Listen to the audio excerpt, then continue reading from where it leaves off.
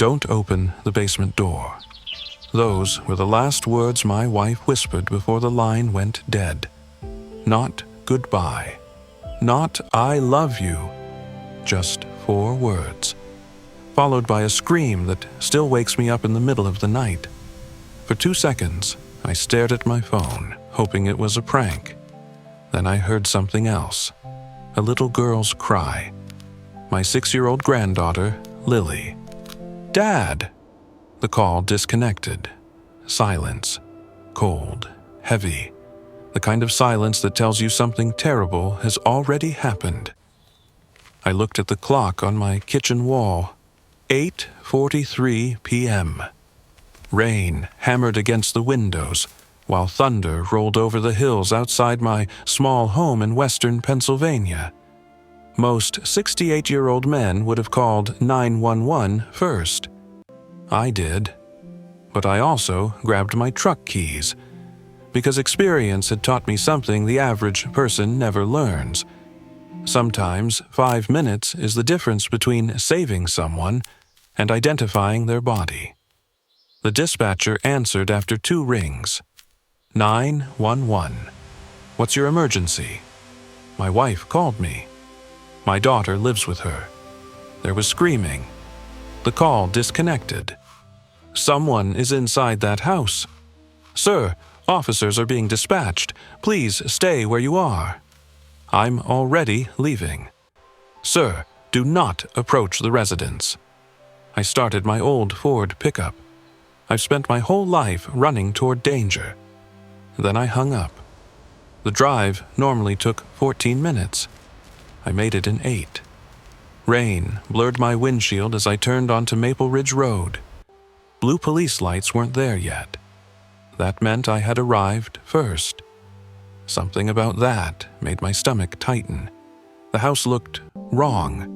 The porch light flickered. The front door stood half open. Every downstairs light was on, but nothing moved. No voices, no television, no barking dogs, just rain. I stepped out slowly.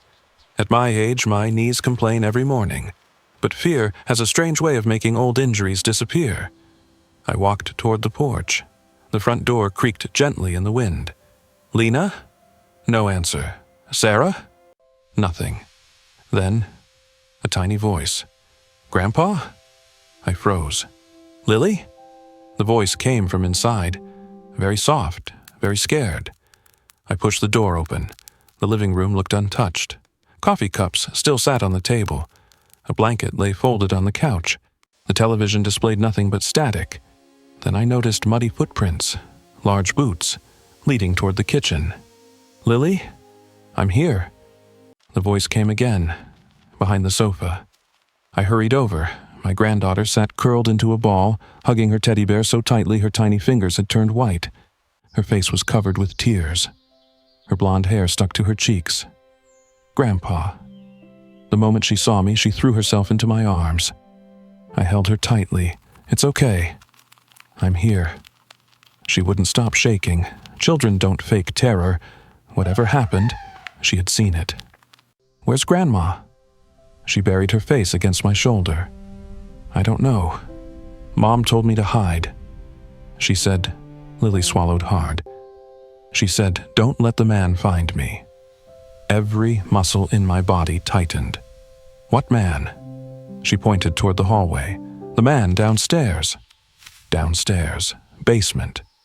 My wife had said exactly the same thing. "Don't open the basement door." The basement entrance sat beside the kitchen. Its wooden door was closed. Locked.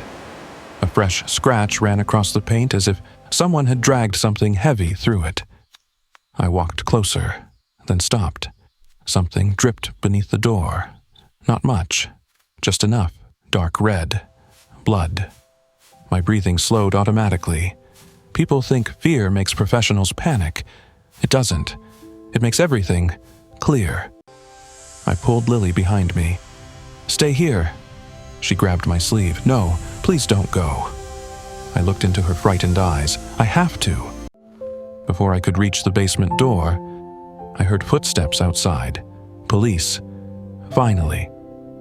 2 officers entered with weapons drawn. "Police!" I raised one hand. "My granddaughter is safe." "There's blood under that door." One officer immediately escorted Lily outside. The other approached me carefully. "Sir, step back. We'll handle this." I nodded, but something bothered me. No sounds, no movement, nothing. Almost too quiet. The officer slowly unlocked the basement door. His flashlight disappeared into darkness. He took 3 careful steps down, then suddenly stopped. "Oh my God!" His voice cracked. "What is it?" I shouted. No answer. The second officer rushed downstairs. Seconds later, he called for an ambulance, then another unit, then homicide detectives. Homicide? My legs suddenly felt weak. I tried going downstairs. The officers blocked me immediately. "Sir, you can't. My family is down there. I'm sorry. You cannot see this."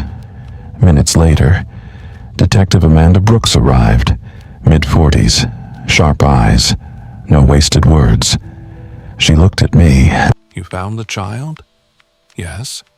"Where are your wife and daughter?" "I was hoping you'd tell me." She studied my face for several seconds, then glanced toward my hands.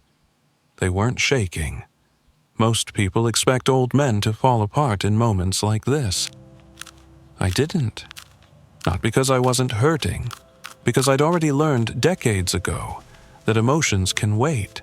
Survival can't. She noticed. "You military?" I looked toward the rain. "Long time ago." "What branch?" "Army." "Anything else?" I hesitated. "Special operations." Her expression changed immediately. She understood. Not everything, just enough. An officer walked over holding Lily's teddy bear inside an evidence bag. Something caught my attention. The bear wasn't stained with blood.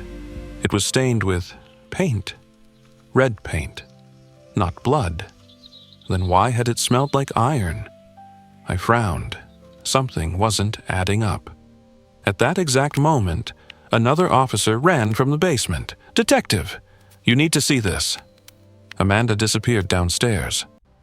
30 seconds later, I heard her shout something that made every officer outside freeze. "They're gone." Everyone stared. "What?" "There are signs of a struggle. Lots of blood. But no bodies. No bodies. Just blood.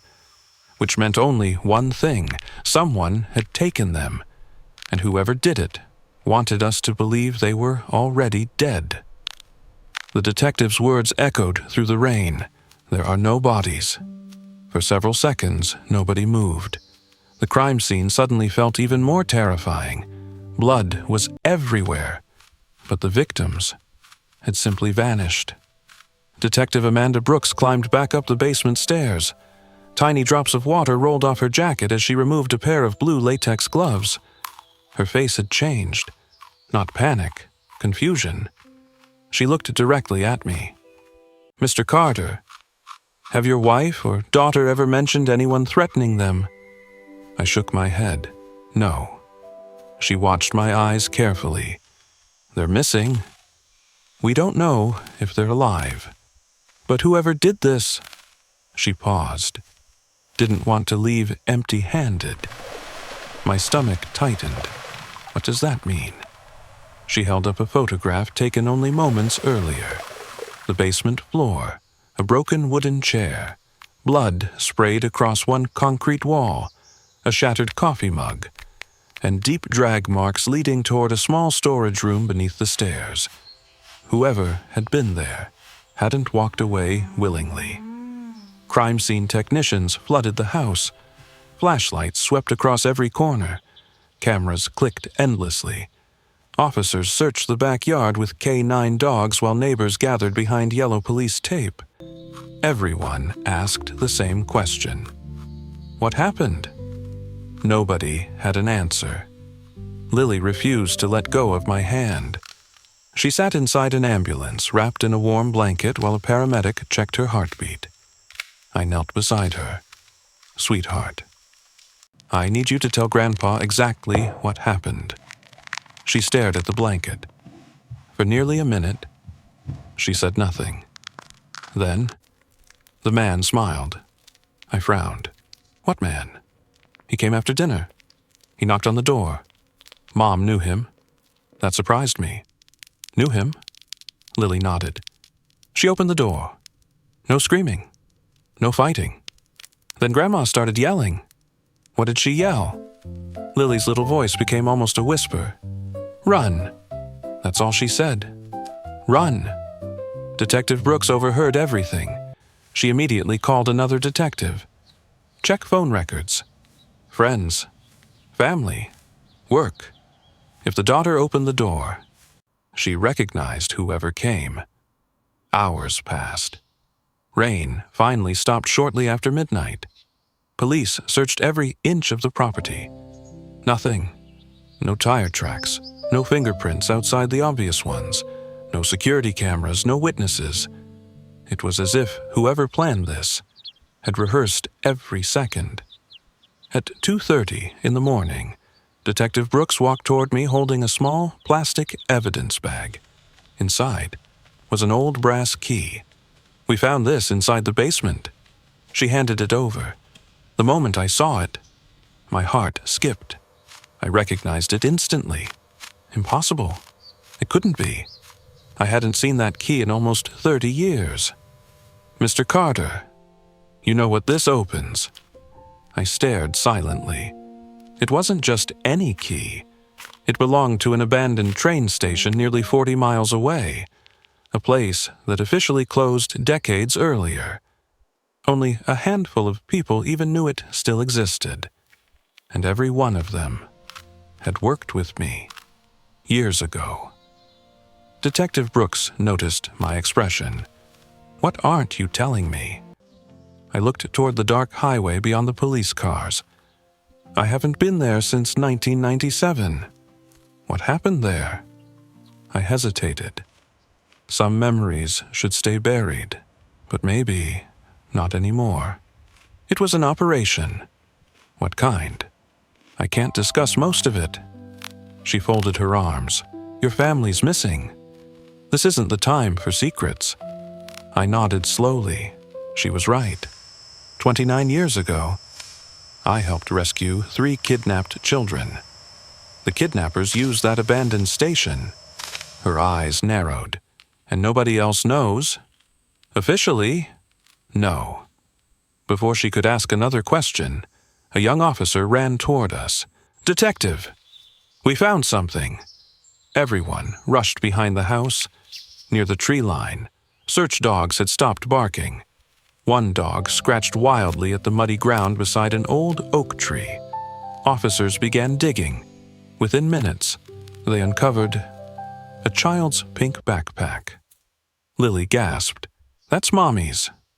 Inside the backpack, there were only 3 things: a flashlight, a broken phone, and a folded piece of notebook paper. Detective Brooks carefully unfolded it. Only one sentence had been written. You should have stayed retired. Every officer looked at me. The detective slowly lowered the paper. Mr. Carter, this message wasn't meant for your daughter. It was meant for you. For the first time that night, I felt genuine fear. Not for myself, for my family, because there was only one person alive who knew about that train station. Only one. And 29 years earlier, I had believed he died. The detective noticed the color leave my face. Who is he? I answered so quietly that only she heard. If I'm right, we're not chasing a kidnapper. We're chasing a ghost. The rain had stopped, but somehow the night felt darker. Detective Amanda Brooks looked at me without saying a word. Behind us, officers photographed the backpack while crime scene technicians sealed it inside an evidence bag. The note still echoed inside my mind. You should have stayed retired. That wasn't a random threat. It was personal, very personal. Amanda finally broke the silence. Who was the ghost? I looked toward the dark forest behind my daughter's house. For nearly 30 years. I had convinced myself he was dead, maybe because I needed to believe it. My name isn't the only thing I left behind when I retired. She frowned. What does that mean? I spent 24 years inside special operations. I hunted people most Americans never hear about. She waited. One mission changed everything. 29 years earlier, Bosnia, winter. The air smelled of smoke and burned buildings. I was 39 years old. Fast, strong, certain. Our unit had been sent to recover 3 American aid workers kidnapped by an international trafficking network. Officially, the mission never existed. Unofficially, it lasted 8 days. 8 days without sleep. 8 days following tiny clues through frozen forests. On the final night, we found them, hidden beneath an abandoned railway station. The same railway station connected to the Brass Key. The rescue should have been simple. Instead, it became a massacre. Gunfire echoed through the tunnels. 3 members of my team died. We rescued the hostages. Most of the kidnappers were killed, all except one. Their leader, a man known only by one name, Victor. Nobody knew his real surname. Nobody knew where he was born. Even intelligence agencies had only one photograph of him. Cold, gray eyes, a scar across his left cheek, always smiling, even while killing people. I cornered him near the station exit. He was bleeding heavily. He looked at me and laughed. You'll never stop people like me. Then he jumped from a collapsing bridge into the freezing river below. We searched for 3 days. Divers found nothing. Military command declared him dead. So did I, until tonight. Amanda remained completely silent. Finally, she asked, "And you think Victor kidnapped your family?" "I don't know. But if he survived, he'd remember me." She looked toward the evidence bag. The note certainly suggests that. Before either of us could continue, an officer hurried toward us. "Detective." We recovered the daughter's phone. Amanda immediately took it. The screen had been smashed. Crime lab technicians carefully connected it to a recovery device. Everyone waited. After several minutes, the technician smiled. I recovered one file, a video. Amanda pressed play. The recording lasted only 27 seconds. My daughter Sarah appeared on the screen. She was breathing heavily, looking directly into the camera. "Dad, if you're watching this, don't trust." The picture suddenly glitched. Static. Then, another face appeared. Not Sarah. A man wearing a black hood, his face hidden. He looked directly into the camera. "I've waited 29 years to finish what you started." The screen went black. Every officer in the room became silent.